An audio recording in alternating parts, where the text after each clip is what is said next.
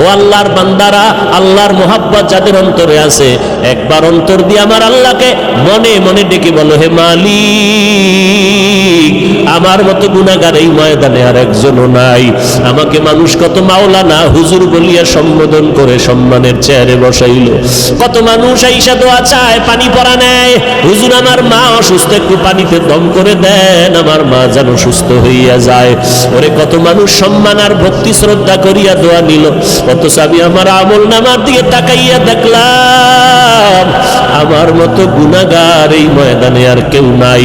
গুনার কারণে আমার হাত না পাক, আমার চোখ না পাক, আমার জিহ্বা না পাক, আমার অন্তর না পাক। ও আল্লাহর বান্দা, তওবার নিয়ত করো, আল্লাহর কাছে বলো, হে আল্লাহ, এই ময়দান থেকে তওবা ওয়ালা নসিব করিয়া ফিরাইয়া দেন। আর জীবনে নামাজ ছাড়বো না, বেপরদায় চলবো না, মা বাবারে কষ্ট দিব না, ওলামায়ে কেরামের বিরুদ্ধে যাব না, দেশ ও জাতির বিরুদ্ধে কোনো ষড়যন্ত্র করব না। যাদের অন্তরে কোনো নেফাকি নাই, দুর্বলতা নাই, অন্তর পাক্কা নিয়ত তওবা করার মতো, তাদেরকে অনুরোধ করে বলবো, আল্লাহর মোহাব্বতে খাঁটি তওবার নিয়তে দুটো হাত আল্লাহকে দেখাইয়া দেই।